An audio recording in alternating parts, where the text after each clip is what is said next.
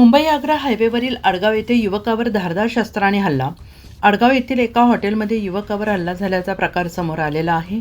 मुंबई आग्रा हायवेवरील आडगाव परिसरात असलेल्या शिवा पंजाब हॉटेलमध्ये जुन्या वादातून एका युवकावर धारदार शस्त्राने हल्ला करण्यात आला. या घटनेत मयूर आव्हाड हा युवक गंभीर जखमी झालेला आहे.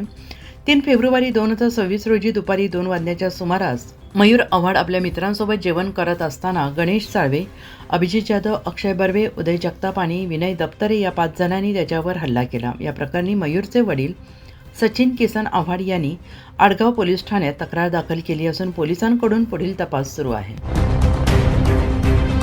कोविडनंतर जागतिक पर्यटन क्षेत्रात तब्बल 70% वाढ झाली आहे.